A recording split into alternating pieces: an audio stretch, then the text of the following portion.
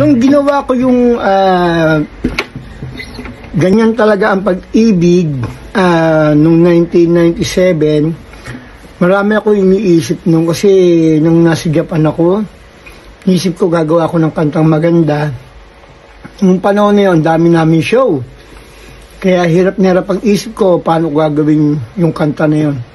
Sabi ko, may naalala ko na yung, siyempre, yung girlfriend ko dati sa Japan. Kaya yun ang ginawa ko yung, kaya sabi ko, alaala na iniwan mo. Alaala na iniwan mo. Yun, sabi ko, saan ko kaya kunin? Kung ako kakanta nito, gusto ko mataas.